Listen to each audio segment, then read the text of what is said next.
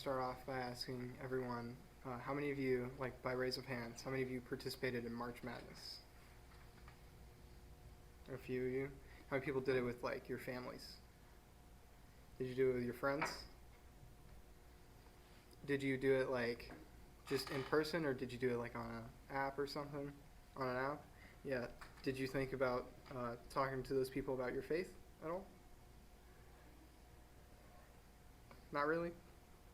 Okay, well, today I'm going to talk about digital ministry, which, um, what it is like online communities, gaming communities. And what those are is a gathering or group of people who all share similar interests but choose to communicate and interact on a virtual platform. Um, I note that like this is not limited to just one like place that they interact, and it's also not limited to just online interaction. But the really daunting thing about this is, the internet's a big, scary place, and no one really knows how it works. But thanks to technology, modern advances, and some really smart people named Jason Citron and Stan Vinshinsky, they are the two people who founded Discord. Discord is a service that is made to deal with the physical barrier between people that made it harder to play games and talk to each other. It's very easy to install and walks you through the process each step of the way.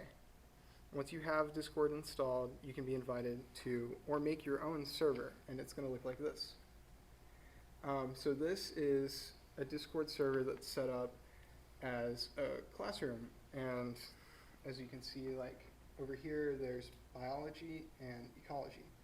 So obviously, this one is focused on science, but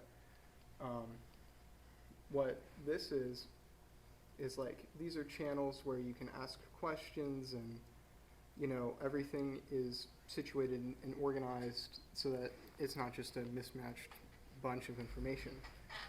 And down here, these are something different. See, in these ones with the pound sign next to them, Can I turn these off for just a second? yeah. Or you got it better? Better, yeah. These are just like where you're gonna type. But Discord's really cool in the fact that they have voice channels where you can actually talk to people. And another thing that they do is that down here way in the corner you see that this person, it's a little red bubble, you probably can't see it, but it says live. And that person can actually turn on their camera and you can see what they're looking at. So that helps, like if it's a digital classroom, like an online setting, a teacher can share their screen and know that like this is what everyone's seeing, and it helps keep things organized despite how separated everyone is physically. Discord also allows you to set roles, and so like these are moderators, which would be like teachers or faculty, and then these are people that specialize in biology and ecology.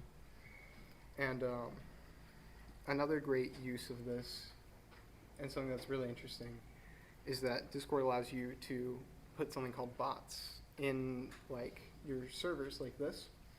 And what that does is it mimics a person, but really it's a computer. And you can give it commands and it will do certain things. Most people just use it to be able to play music and listen to music with your friends. But you could also get it to like display a daily Bible verse, if that's what you were going for, which I think would be really cool, and I'd love to see. The next thing I want to talk about is Twitch, which is another online platform.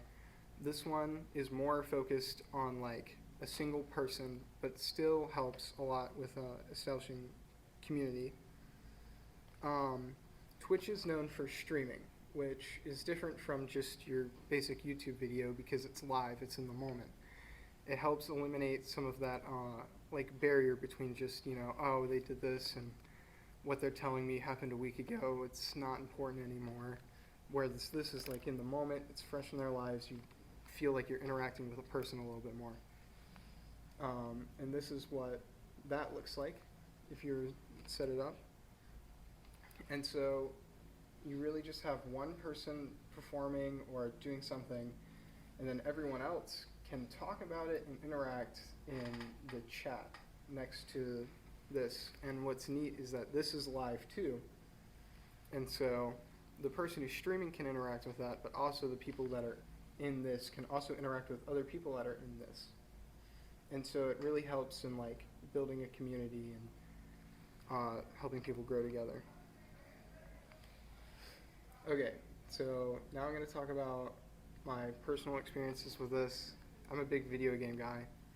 So one of the things I like to do with a lot of people is something called day one rating, which is like, obviously it's in a video game, and you get you and 5 other people, and you set out to like solve a bunch of puzzles and fight a bunch of things, and you try and see who can do it first. And it is probably, it's really, really exciting. It's a lot of fun. This is a picture I took after me and my group finished it.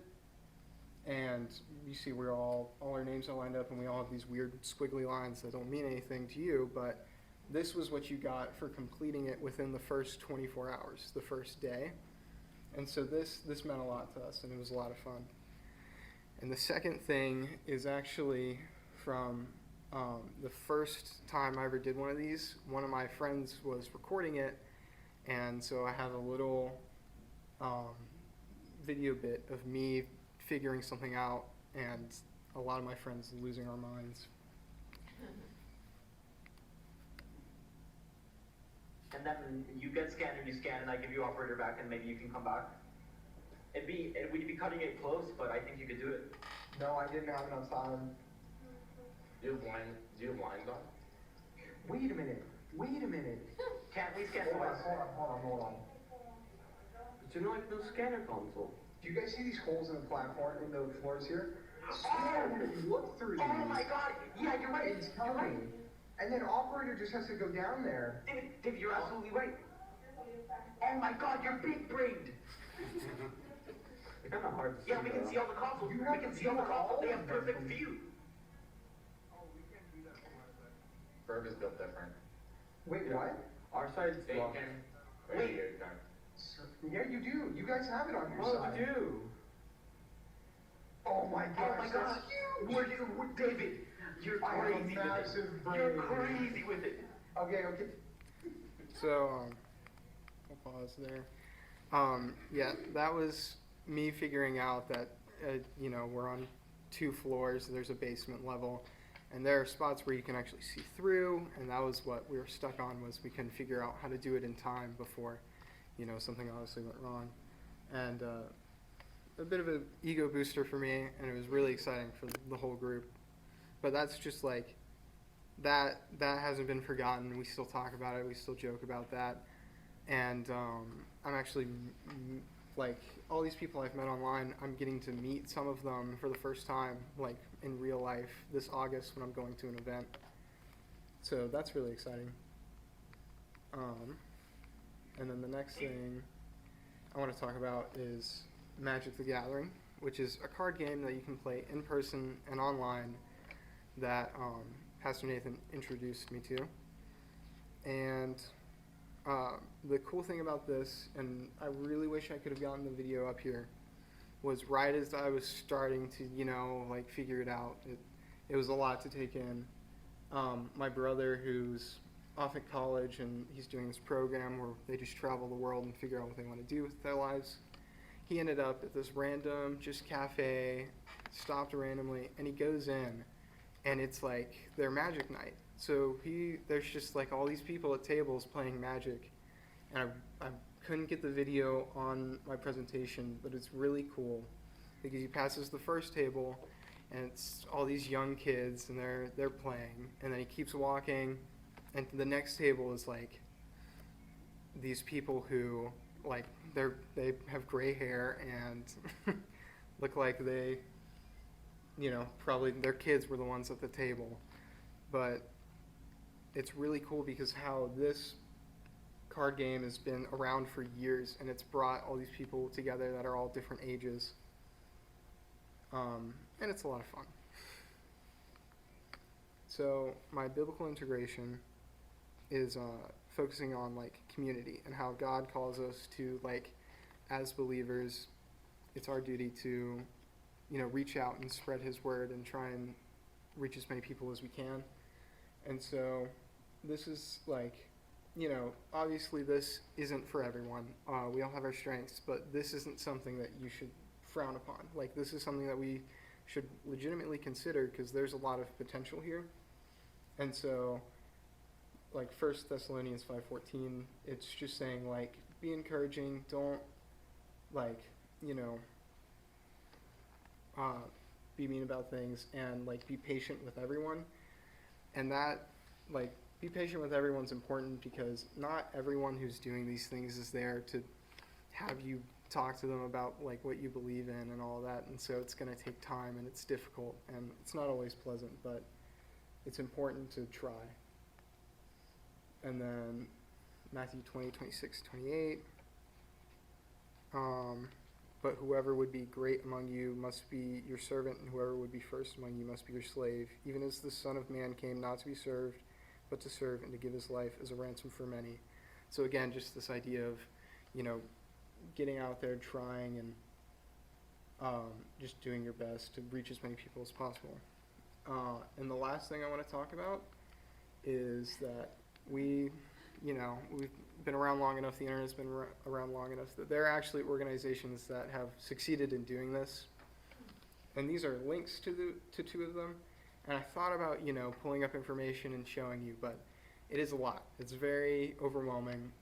And I would rather just give you the names and encourage you to go and look at this, but, like, it's very professionally set up. They have websites and they have Discords and they promote all this stuff, and it is huge. It's giant. It's incredible.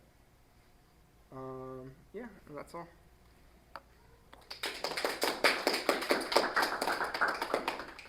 Awesome. Panelists, do you have any questions or comments for David? So have you had a chance to share the gospel? I have, yeah. That's really cool, David. Some of the guys you're hearing in that video are some of those people. Some of them weren't there, but Wow. it's, you know, I'm just one person. So I tried to tackle what I could, and just a couple of people was it, yeah. And, you know, it's good because they don't live like where we live. They don't have this kind of experience. One of them lives in Las Vegas, and I recently went to see him and visit him. Did you do that with Diana? Yeah, I You did. went on your trip? And it is a very different environment. Like, it's, Oh, it is very, Sin City. yeah. And so, like, he just, props to him for actually listening to me when I talk about it too, because, you know, that takes effort. But, like, it just, it's sad.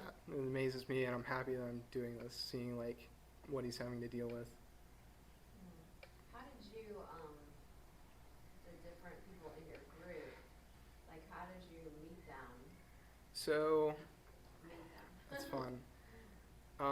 A lot of just going out, and there are things where you just, like, oh, you need to get something done. You can find groups that are doing it, and what's fun is sometimes you click, and, you know, you Yeah. keep talking to them. One of those guys I've been friends with for like 3 years now.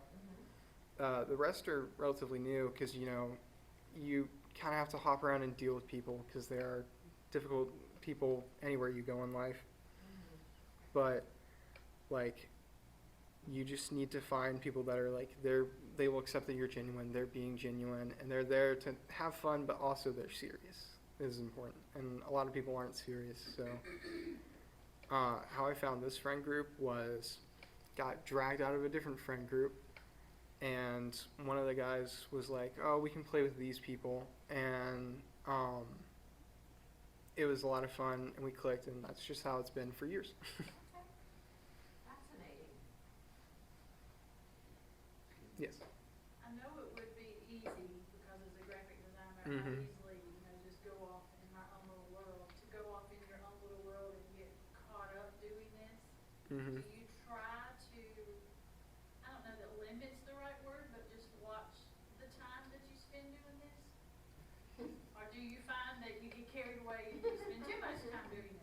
I It's easy to do. I definitely get carried away and spend too much time doing this. Okay. Not just this. In like Magic, the more physical aspect, Yeah. I actually play that. I go out and like play with real cards and stuff. You just look down to read like a card or two, and you look back up, and it's been like hours. Yeah. So yeah, time management is Thank you, Pat. a beast. I know Yeah, you so have instead that. of reading A Tale of Two Cities, you. That's the culprit, not Charles Dickens. But I would interject there, like, it's kind of one of those things where I don't know that there's much of a well, I think there are differences, significant differences, but it seems like that's a thing we would have to deal with no matter what the hobby is, no matter what. Right, of course. In particular, I would be interested to find out, like, I think there are things unique to video game and gaming culture in general that do suck you in a way that other contexts don't necessarily. But then again, there are things that you don't have to worry about in these situations that you would have to worry about elsewhere, right? Yeah, it's really cool. Sorry, I interrupted. No, no. What's the need? Like, can you unpack, like, what's the need in the world for this intentionality? So one big thing was COVID. You know, that separated all of us physically, and being able to meet virtually was a big thing then. So that's a bit of an oddball example, but some people just aren't social. Like, they don't have the kind of social tendencies that other people have, and so it's harder to reach them. And this is kind of a way of meeting them where they're at, and like still letting them know that they are wanted and that, you know, there's people out there for them. I can echo that. Like, I'm in a Discord group of people, different video game. Mm-hmm. Because we're old, so we play World of Warcraft. But the people in my Discord in the guild, like, they're from Alaska, Portland, Washington, and they don't have friends. Mm-hmm. Like, they recently had a friend take his own life, and he had no real life friends. Mm-hmm. So there, I think increasingly, I think if I could encourage you to like include one thing in your research, it would be like, I think statistics on male loneliness, Mm-hmm. like it's at crisis levels. And so, because people are getting married later, it's interesting, single, and they're not connected to a church, and nerds, like, the social outlets are really limited, and gaming spaces, Discord, like, that's kind of filled that void. And so if there is no one being intentional in those spaces, like, it's a void. Mm-hmm. But it's huge. Like, I have friends in real life that I know that I used to hang out with, and they are no longer coming and connecting. But I do know they're active in whatever internet space that they're at. But they're like, the social anxiety is so strong, they've completely insulated themselves. And has that been since COVID? Yeah. This is not the whole answer, but I think this is a necessary piece. Yeah, I can agree to that. There's one person in particular that I recently had a conversation with them, and it was like they didn't know what to make of religion, like they didn't know where they stood on it. And I, like, as much as you can through this, I was walking with him to just be like, you know, research everything and anything you want. Like, I'm not just going to try and convince you that this one thing is the right answer, but I do encourage you, like, this is what I believe in, this is why I believe in it. Like, you trust me. And that's a big thing, like, them trusting you, them knowing, like, you're being genuine, you're being real with them. And I was like, you need to look for churches in your area, because, you know, that connection is not something I can give you. And just making it known, making them aware, but still being there like being there for them is important.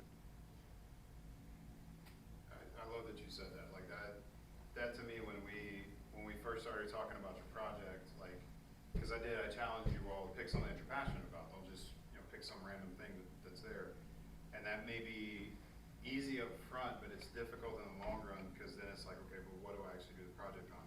And that, what you just said, equipping people, and if anything, awareness of this community is a worthwhile project. But what you said was, I'm your friend through this medium, and that's great. But as your friend through this medium, you need more than this medium. Yeah. And that's something that individual is not going to hear from someone who's not working with a fundamentally different set of values, fundamentally different set of ideas, namely that of a Christian, right? So I love that you said that. That to me is one side of the coin. I got a question about the other side of the coin. What can these non-digital, non-gaming organizations, institutions, such as a Christian school, it seems like best case scenario for you and anyone in this, I don't know, demographic's the wrong word. Anybody who's interested in video games are their thing, and these folks that have tons of friends online through a video game, but little to none outside. What can a community group or institution like a school or a church do to help facilitate that? Because it seems like that healthy balance, it happens when you have this really cool community online, but you're also leveraging that with a real life community, namely your church, right? So what can churches do to basically equip people like you who are in that world and know the potential that's there, know the spiritual, religious potential there, but how can, for instance, I as a Bible teacher, like do I need to, next year when we talk about culture, do I need to start talking more in terms of like online communities? Do churches start, like my mind just starts firing on all cylinders, like do churches need to start their own gaming Discord servers? Like what's the potential here? Like what are the possibilities here? How would you advise that? So it's really hard, and you're right to ask all these questions, and it's like, should a church start its own thing? Maybe, but the fun thing about this and what differs from like real life is there's no fixed location for it. One Discord server is all you need to reach a lot of people, and bigger numbers on like virtual platforms tend to do it more good than just small like individual groups. So not just one church, but a group of churches like uniting and working together to build a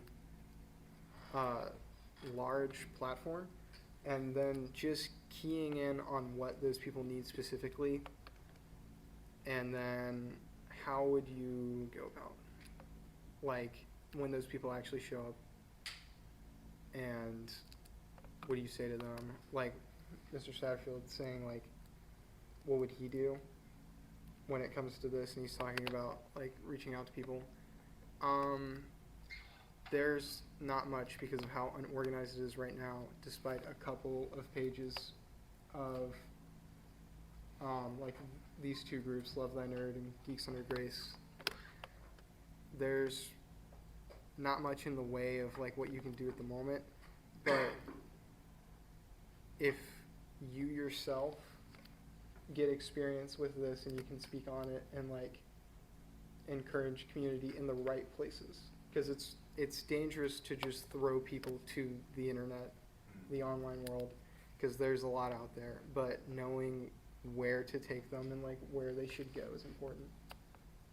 So it seems like there's a lot of, because I was on these websites when you told me about them, and it's like cool, it's a cool blog and stuff, but you're saying like they have their Discord servers, right? Mhm. They have other things that they're doing out there.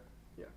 So what I'm hearing is a lot of, again, I'm sorry for being selfish here. I'm seeing that I need to learn to disciple my students. While I may not be that guy that's on those servers like talking to people, my students are. So whereas, you know, a previous generation would have discipled students, here's how you talk to a neighbor about Jesus. I gotta rethink my game here. Like, here's how you talk to somebody online that you've never met before and you wanna talk to them about your faith. Here's how you stay faithful. Like, it's all, the discipleship thing has always been, here's how to be faithful in your context, being salt and light where the part of the world that you're in. Yeah. This is the part of the world that you're in, and I'm wildly ignorant of it. So like, I'm just very, I'm rethinking here, like, okay, well, how do I disciple people to disciple people there? I think, yeah. I'm gonna speak a little bit to that, even though it's your presentation. I'll let you answer first. You answer first. How do you disciple people to disciple people on here? Like, if you're writing my lessons for me next year, because you failed this class and you have to take it again, what do you think you need to, what could I have said, what could I say that would better prepare you, or maybe this is a better question. What questions do you have? How do I fill in the blank for this culture, for this part of culture? So, you kind of already, not like here, but you do this where you reference specific works in quotes and certain authors and people that like deal in whatever genre you're talking about, and just knowing like who out here is doing that and being able to tell people like, if this is what you do, this is like what you're into, oh, you should look at this person, or like this person's really good, whatever, like that. Just know who to point them to. Because like you said, you're not the one who's, you know, on here doing all this, but you can still know the people that are. And that these pages have lists of people who help out and lead and do a lot of stuff on these web pages, but they also go out and do their own thing, because, you know, a lot of these people are volunteers and they don't get paid to do this, so they do have to go out and like make a name for themselves. That's a good place to start. I would say too, and I'm curious on your experience, is if your thing is volleyball, for example, like, and that's your hobby, that's what you're on to as a high school student, like, you're gonna be in a local community and the local culture, and it's really easy, and the cultural conversations, the gospel conversations, and the life problems are very, they're gonna be different than you, there's gonna be variance, but it's a lesser degree of variance. When you step into these online communities, all bets are off.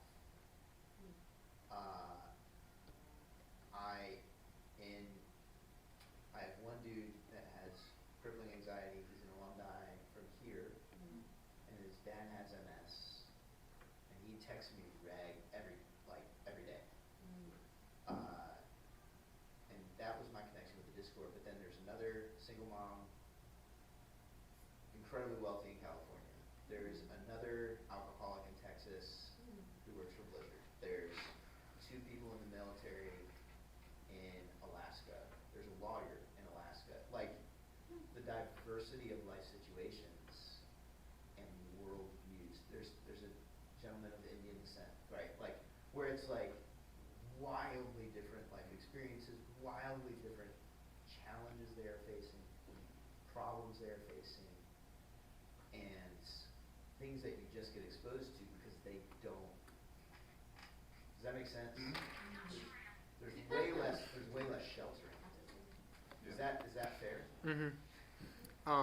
Yeah, and this goes back to like, those are very real problems, very like dangerous problems, and there is only so much you can do even through this, even less, but just helping point them in the right direction is really all it amounts to.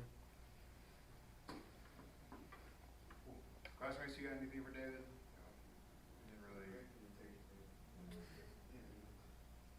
Just want to say that, like, I really appreciate, like, you recognize, like, how much importance that online community has. Because, like, the last time I see my parents in real person was 3.5 years ago in the airport in Shanghai.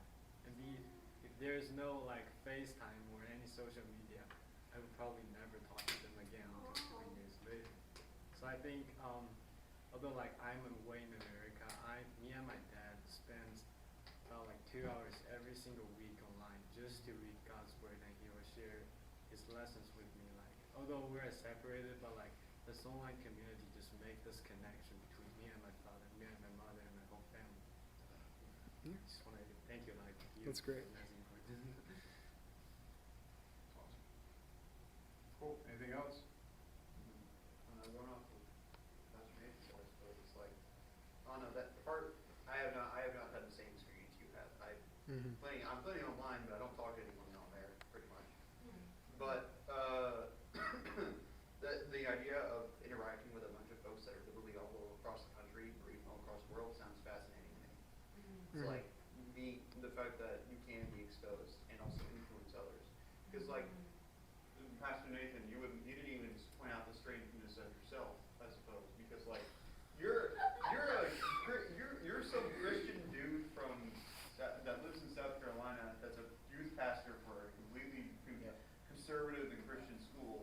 I'm sure that like that had to influence your interaction with the other folks. And yet at the same time, you're all united by World of Warcraft.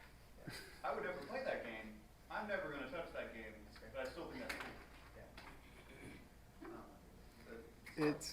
It's interesting to hear about, like, you know, you all live in different places, and some people are open about it. They talk about like where they live, what it's like. Some people aren't. So when I went to go visit my friend in Las Vegas, like walking up to his house was surreal because there were cacti in his yard. We don't have that. So like, you know, he answered the door and I was like, "You have cacti in your yard. That is the coolest thing ever." And he's like, "That's normal. That's not cool to me." So how are you getting, you said in August, you're gonna? Yes. So, obviously there are dangers with meeting strangers on the internet. So be careful doing that. Take a lot of measures. Do not just, you know, yeah. I've known these people for a year and a half now, some of them longer, and I've seen pictures of them. One time, one of them meant to call but FaceTimed. So once he realized it, he was like, "Oh," because it is embarrassing seeing someone's face for the first time when, you know, on here, because it's a whole different culture. And like we're not meeting anywhere that's like private. It's a public event that's being held in Florida in this giant hotel, and there will be a lot more people there. So What's he doing? it's called GCX What is that? Gaming. It's actually like just like gamers convention extra. Diana going with you? Probably not to that one.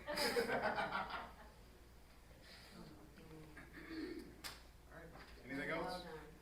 Good job, David. Good job, David. Yeah. All right, so go ahead and give some feedback. And